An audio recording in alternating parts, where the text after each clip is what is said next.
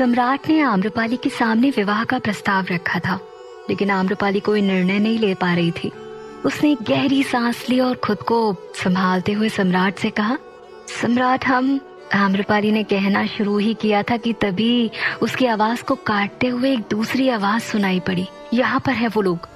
ये आवाज सुनकर सम्राट तुरंत चौकन्ने हो गए और आम्रपाली से कहते हैं, लगता है कोई हमारा पीछा करते हुए यहाँ तक आ गया है। आम्रपाली, आप झोपड़ी के अंदर जाइए, बाकी हम देखते हैं कि ये लोग हैं कौन। आम्रपाली अंदर जाने के लिए आगे बढ़ी ही थी कि तभी उन्होंने देखा कि कुछ आदिवासी जंगल से निकलकर उनकी तरफ आ रहे थे। उनके हाथों में मशालें थी। उन आदिवासियों को देखकर सम्राट ने कहा, ये तो वही हैं जिन्होंने उस दिन तेंदुए से आपके प्राण बचाए थे। देखते ही देखते उनके पीछे से सोम और राजकुमारी भी आते हुए दिखाई दिए। उन दोनों को देखकर सम्राट और आम्रपाली हैरान थे। आम्रपाली ने कहा, राजकुमारी मुकुंदा और सोम, आखिर इतनी रात में ये लोग यहाँ क्या कर रहे हैं? तब तक वो आदिवासी सम्राट और आम्रपाली के पास आ चुके थे। सम्राट को देखकर वो सभी आदिवासी घुटनों के बल बैठ गए और उनके सामने सिर झुकाने लगे। आम्रपाली और सम्राट दोनों ही दुविधा में थे कि आखिर यहाँ चल क्या रहा है। राजकुमारी आम्रपाली को देखते ही खुशी से उसके गले लग जाती है, लेकिन सम्राट को देखते ही सोम का खून खौल उठा। तभी सम्राट ने उनके सामने झुके हुए आदिवासियों से कहा, आप लोग ऐसे क्यों झुक रहे हैं और इतनी रात में यहाँ आने की कोई खास वजह? तब उनमें से एक आदिवासी उठकर खड़ा हुआ और सोम और राजकुमारी की तरफ इशारा करते हुए कहा, सम्राट, हमें क्षमा कर दीजिए। उस दिन हम आपको पहचान नहीं पाए थे, लेकिन आज इन दोनों ने हमें बताया कि आप सम्राट हैं। सम्राट, आपको शायद याद नहीं, लेकिन आपने हम आदिवासियों की जान बचाई थी और हमारे रहने के लिए ये पूरा जंगल हमें सौंप दिया था। तब से हम आदिवासियों के लिए हमारे भगवान आप हैं। आदिवासियों की बात सुनकर आम्रपाली ने सम्मान भरी नजरों से सम्राट की तरफ देखा। वो समझने लगी थी कि सम्राट कभी किसी के साथ अन्याय नहीं कर सकते, पर सोम आम्रपाली की तरफ ही देख रहा था। उसका तो मन कर रहा था कि अभी सम्राट का गिरेबान पकड़कर उनसे सवाल करे कि उसके माता पिता ने उनकी वजह से मगध क्यों छोड़ा। तभी सम्राट ने राजकुमारी मुकुंदा से आदिवासियों की तरफ इशारा करते हुए पूछा, लेकिन इतनी रात में आप लोग इन्हें कहाँ मिल गए? तब राजकुमारी ने जवाब दिया और कहा, हम दोनों आपको ढूंढते हुए रास्ता भटक गए थे। जब हमारी भेंट इन आदिवासियों से हुई, जब हमने आप दोनों के बारे में बताया तो ये हमें यहाँ ले आए। हमें तो अभी भी यकीन नहीं हो रहा कि हमने आप लोगों को ढूंढ लिया है। हाँ, पर आप दोनों हमें ढूंढ क्यों रहे थे? आम्रपाली ने पूछा।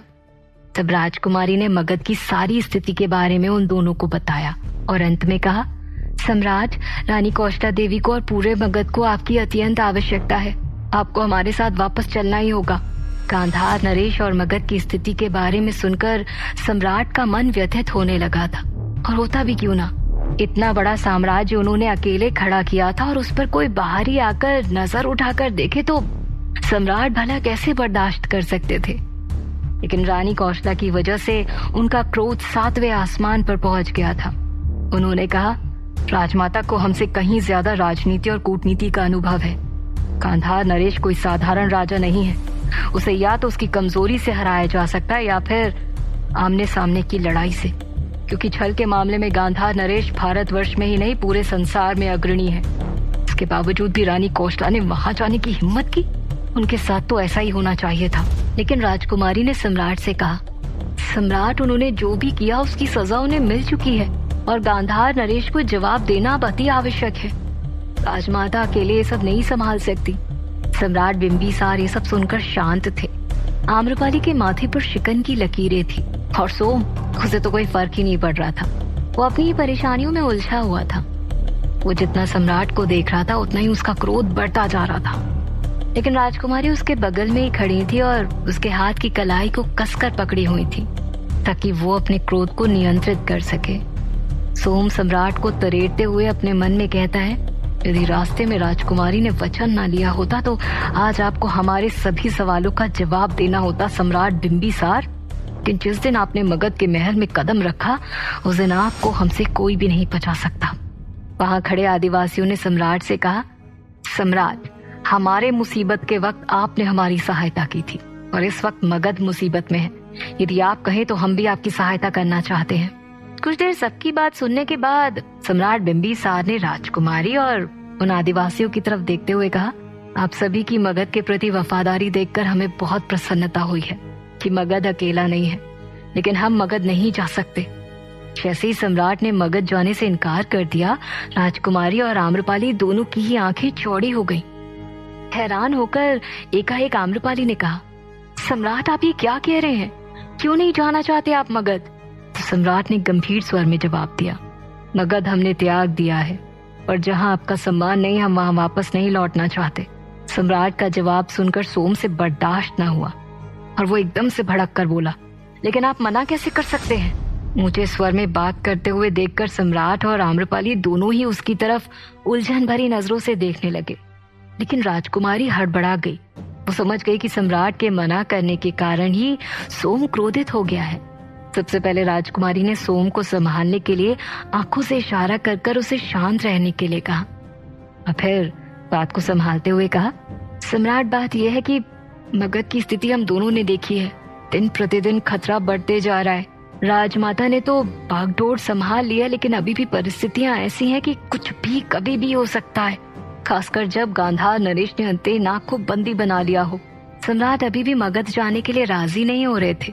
तभी जंगल में से एक और आवाज आई, सम्राट एक आप ही हैं हम सबकी उम्मीद। सबने जंगल की तरफ देखा तो एक पेड़ के पीछे से विशाखा बाहर आती हुई दिखाई दी। विशाखा को वहां देखकर सम्राट की आंखों में प्रश्नात्मक भाव थे। उन्होंने कहा, विशाखा तुम्हें हमारी सहायता की आवश्यकता कब से पड़ने लगी? तुम तो खुद ही अंतनाग को छुड़ाने में सक्षम हो। तब विशाखा ने कहा, सम्राट हम यहाँ पिछले 2 दिनों से हैं। आपकी सुरक्षा के खातिर भाई ने हमें यहाँ भेजा था, लेकिन राजकुमारी की बातें सुनकर हमें आपके पास आना ही पड़ा। विशाखा की आंखों में अंतनाग के प्रति अब चिंता दिखाई दे रही थी और सम्राट दुविधा में थे। अभी तक उनके चेहरे पर उनका निर्णय साफ दिखाई दे रहा था, लेकिन विशाखा की बातें सुनने के बाद वो उलझन में फंस चुके थे। जहाँ सम्राट आम्रपाली और मगध के बीच में उलझे हुए थे, तो वहीं मगध में चिंता का माहौल पसरा हुआ था। महल के बाहर सैनिकों का जमघट लगा हुआ था। सेनानायक त्रिलोक सिंह सभी सैनिकों की टुकड़ी के सेनापतियों को युद्ध के निर्देश दे रहे थे और मुख्यमंत्री वसुदेव गांधार नरेश के जवाब की प्रतीक्षा कर रहे थे। वो वहीं मुख्य द्वार से लगे विशाल युद्ध दीवार पर खड़े थे। तभी राजगृह के दक्षिणी सीमा से एक घुड़सवार अपने घोड़े को तेज रफ्तार से दौड़ाते हुए महल की तरफ आ रहा था। उसे देखकर मुख्यमंत्री वसुदेव तेजी से उस दीवार से उतरकर मुख्य द्वार के बाहर आए। तब तक वो घुड़सवार उनके पास पहुंच चुका था। उसे देखकर मुख्यमंत्री वसुदेव ने पूछा, गांधार नरेश का संदेश लाने में तुमने इतना वक्त कैसे लगा दिया? घुड़सवार ने जल्दी से उस संदेश को निकालकर मुख्यमंत्री वसुदेव के हाथ में दे दिया और कहा, मुख्यमंत्री वसुदेव, युद्ध का निर्णय हम पर बहुत भारी पड़ सकता है। उसकी बात सुनकर वसुदेव की आंखों में भी एक छुपा हुआ सा डर दिखाई देने लगा था। उन्होंने उसे जाने के लिए कहा और वहीं खड़े होकर उस संदेश को पढ़ने लगा। संदेश पढ़ने के साथ ही मुख्यमंत्री वसुदेव का डर बढ़ने लगा था। वो तुरंत राजमाता के पास गए। राजमाता महल के आखिरी छोर पर अकेले खड़ी थी। उस वक्त सनसनाती हुई तेज हवाएं चल रही थी। उनके माथे पर चिंता की लकीरें उभरी हुई थी। राजमाता ने मखमली सफेद रंग का चादर ओढ़ रखा था, जो कि पीछे की तरफ से उड़ रहा था। राजमाता की थकी हुई नजरों के सामने पूरा राजगृह था।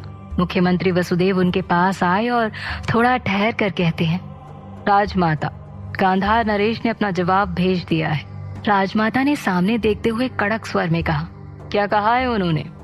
तो मुख्यमंत्री वसुदेव ने कहा, जिसका डर था वही हुआ राजमाता। गांधार नरेश ने युद्ध लड़ने से इनकार कर दिया है और कहा है कि स्त्री का सहारा उन्होंने नहीं बल्कि आपने दिया है, इसलिए अपनी बात दूसरे तरीके से रखने के लिए कौशला देवी को आपने उनके पास भेजा था। ये सुनकर राजमाता शांत खड़ी थी, लेकिन मुख्यमंत्री वसुदेव कहते हैं, गांधार नरेश परिस्थिति के साथ खिलवाड़ कर रहा है राजमाता। उसने सारा आरोप मगध के सिर पर मर दिया है और उसने ये भी कहा है कि कल सुबह होते ही कौशला देवी को गांधार लेकर निकल जाएगा और उन्हें गांधार की रानी बनाएगा। ये सुनकर राजमाता ने अपने हाथ की मुट्ठी कसकर बांध ली और आदेश देते हुए कहा, मुख्यमंत्री वसुदेव, सेनानायक त्रिलोक सिंह को सूचित कीजिए कि हम सब अभी पाटलिपुत्र के लिए रवाना होंगे। आंखों में क्रोध भरते हुए उन्होंने कहा, याद रखना वसुदेव, लातों के भूत बातों से नहीं माना करते और गांधार नरेश इसी प्रकृति का है। अब उसे बताना पड़ेगा कि उसने हमें ललकार कर कितनी बड़ी गलती कर दी है। एक तरफ राजमाता गांधार नरेश पर रात में ही आक्रमण करने वाली थी, तो दूसरी तरफ सम्राट मगध नहीं जाना चाहते थे। तब आम्रपाली ने सम्राट के कंधे पर अपनेपन के साथ हाथ रखा। उसके स्पर्श से सम्राट की आंखें उससे जवाब मांगने लगी कि अब वो क्या करे। यदि वो मगध वापस जाते हैं तो आम्रपाली का सम्मान खत्म हो जाएगा, और यदि नहीं जाते हैं तो कोई नहीं जानता कि मगध का भविष्य क्या होगा। तब आम्रपाली ने अपने चेहरे पर एक मासूम सी मुस्कान बिखेरते हुए कहा, सम्राट, हम जानते हैं आपको हमारी चिंता है, लेकिन इस वक्त पूरे मगध को आपसे उम्मीदें हैं। आम्रपाली की बातों के साथ साथ आसपास की ठंडी हवाएं वहां सकारात्मक वातावरण फैला रही थी। सम्राट बड़े ध्यान से उसकी बातें सुन रहे थे। आम्रपाली ने आगे कहा, सम्राट, रानी कौशला देवी चाहे जैसी हो, तो आपकी धर्म पत्नी है। भला कोई और उन्हें अपने साथ कैसे ले जा सकता है। सम्राट, आपके रहते यदि ऐसा हुआ ना, तो न सिर्फ पूरे मगध बल्कि हम भी आपको कभी माफ नहीं कर पाएंगे। जैसे ही आम्रपाली ने ये कहा, सम्राट उसकी तरफ मायूस नजरों से देखने लगे। आम्रपाली ने आगे कहा, सम्राट अंतेनाग, जिन्होंने हर कदम पर आपका साथ दिया है, बल्कि आपके लिए बड़े से बड़े खतरों का सामना किया है। आपके मना करने के बावजूद भी उन्होंने विशाखा को यहाँ आपकी सुरक्षा के लिए भेजा, और आज आप उन्हें अकेला छोड़ रहे हैं। सम्राट, चाहे मगध हो, राजमाता हो, रानी कौशला देवी हो या फिर अंतेनाग हो, किसी के साथ भी कुछ भी गलत हुआ तो उसके जिम्मेदार हम स्वयं को ही मानेंगे। आम्रपाली आगे बोल ही रही थी कि तभी सम्राट ने उसकी बात को बीच में काटते हुए कहा, आम्रपाली, आप इन सब की जिम्मेदार खुद को क्यों मानेंगी? आप हर गलती अपने सिर पर लेना बंद कीजिए। आम्रपाली ने सम्राट को कहने से रोका और कहा, तो बताइए सम्राट, आप क्यों नहीं जाना चाहते? आम्रपाली के सवाल पर सभी सम्राट की तरफ देखने लगे, लेकिन सोम आम्रपाली की तरफ देख रहा था। उसके दिमाग में तो कुछ और ही चल रहा था, लेकिन आम्रपाली के सवाल पर सम्राट चुप थे। आम्रपाली ने कहा, आप हमारी वजह से नहीं जाना चाहते सम्राट, इसलिए अब मगध का भविष्य यदि अंधकार में गया तो उसकी वजह सिर्फ हम होंगे। आम्रपाली की बातें सुनकर सम्राट कुछ पल के लिए रुककर कहते हैं, ठीक है आम्रपाली, हम जाएंगे। गांधार नरेश ने हमारी अनुपस्थिति का फायदा उठाने की कोशिश की है। हमें अच्छी तरह से पता है कि उनका सामना कैसे करना है। सम्राट का उत्तर सुनकर सभी के चेहरे खिल उठे थे। विशाखा ने तुरंत अपनी तलवार कस ली और बुलंद आवाज में कहा, सम्राट, हम भी आपके साथ चलेंगे। सम्राट के चेहरे पर अब एक योद्धा की भांति चमक थी। विशाखा के साथ साथ राजकुमारी भी आगे आकर कहती हैं, सम्राट, युद्ध कला में हम भी माहिर हैं, हमें भी अपने साथ आने का मौका दीजिए। सम्राट ने तुरंत निर्णय सुनाते हुए राजकुमारी और सोम की तरफ देखा और कहा, नहीं, आप दोनों हमारे साथ नहीं आएंगे। जब तक हम वापस नहीं आ जाते, आप दोनों यहाँ आम्रपाली के साथ रुकेंगे। ये सुनकर सोम ने कहा कि आप हमारे साथ मगध वापस नहीं आएंगे? तो सम्राट ने रहस्यमयी नजरों से उन सबकी तरफ देखा, लेकिन जवाब नहीं दिया, बल्कि सोम के करीब आके उसके कंधे पर हाथ रखते हुए कहा, सोम, इन बातों का जवाब हम तुम्हें बाद में देंगे। अभी हम आम्रपाली को तुम्हारी सुरक्षा में छोड़कर जा रहे हैं, ध्यान रखना। अपने कंधे पर सम्राट का हाथ देखकर सोम का खून खौल उठा था, लेकिन वो राजकुमारी की तरफ घूर कर देख रहा था, क्योंकि राजकुमारी की वजह से वो शांत बैठा हुआ था। इसके बाद बिना देरी किए हुए सम्राट ने वहां खड़े आदिवासियों से कहा, हमें आप सबकी और आपके लोगों की भी जरूरत पड़ेगी, कृपा करके हमारी सहायता कीजिए। सम्राट ने उन सबको अवसर दिया था। ये देखकर उन आदिवासियों के चेहरे पर खुशी की लहर दौड़ पड़ी थी। उन्होंने तुरंत समर्थन देते हुए कहा, सम्राट, ये हमारा सौभाग्य है कि हमें आपके साथ मगध को बचाने का अवसर मिल रहा है। हम सब आपके साथ हैं, और हम ही नहीं, हमारा पूरा कबीला आपके साथ है। सम्राट कौशला और अंतेनाग को छुड़ाने के लिए अब पूरी तरह से तैयार थे, लेकिन क्या वो इसमें सफल हो पाएंगे? क्या गांधार नरेश और सम्राट का आमना सामना हो पाएगा? क्या आम्रपाली सम्राट का प्रस्ताव स्वीकार कर लेगी? जानने के लिए सुनते रहिए।